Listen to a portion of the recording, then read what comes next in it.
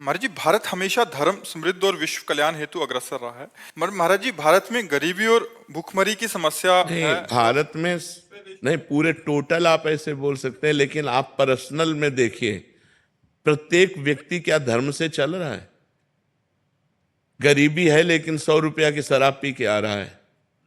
आप विचार करो, परिवार में बड़ी समस्याएं लेकिन वो व्यभिचार प्रवृत्ति से युक्त है, वो हिंसा प्रवृत्ति से युक्त है, वो गलत आचरण करता है, तो इसका दंड तो भोगना ही पड़ेगा ना।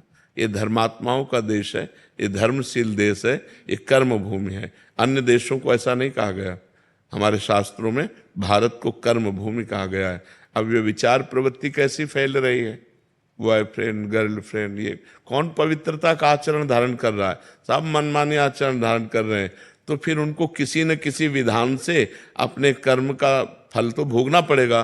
तो कर्म भोग इसी में आता है कि दुख है, दरिद्रता है, विपत्ति है और डिप्रेशन है, नाना प्रकार की प्रतिकूलताएं हैं, इसी में तो दुख आता है। तो दुख ही पाप का मार्जन करता है।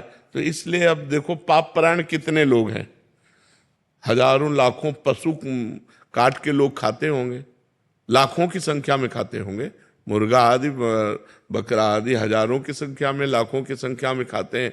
तो क्या ये पाप कर्म नहीं है? तो क्या उसका दंड नहीं भोगना पड़ेगा?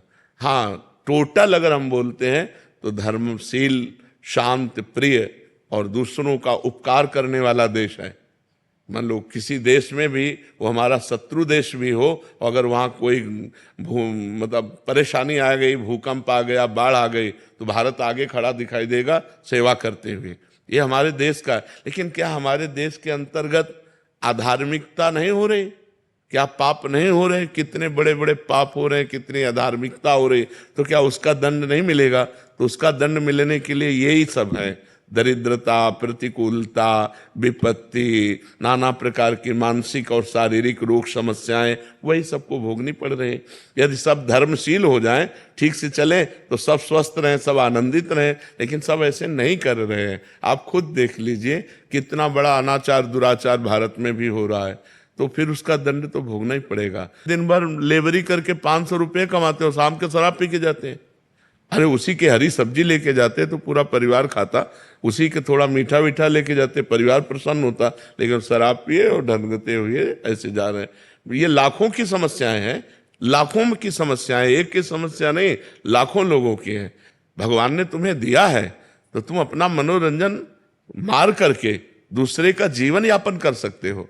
हजारों ऐसे हैं जो बीमारी से परेशान है और अर्थ की अव्यवस्था है, और तुम 50,000 फूंक रहे हो। भगवान ने तुम्हें दिया है माना, तो तुम 50,000 मनोरंजन में फूंक रहे हो। यदि उनको दे देते तो गरीबों के घर बस जाते। तो ऐसे कितने लोग हैं जो विचार नहीं कर पा रहे कि हम अपने भारत का सहयोग करें। हमारे भारत की गरीबी दूर कैसे होगी? जिनके पास अपार धनराशि है, वो गरीबों को ऐसी व्यवस्था करे। तो ऐसी मति गति कहाँ है? तो इसलिए टोटल तो हम कह सकते हैं कि हमारा देश धार्मिक देश है, शांति प्रिय देश है और दूसरों का उपकार करने वाला देश है। लेकिन सब नहीं है, इसीलिए सब भोग रहे हैं, इसलिए अपने अपने कर्मों का फल भोग रहे हैं।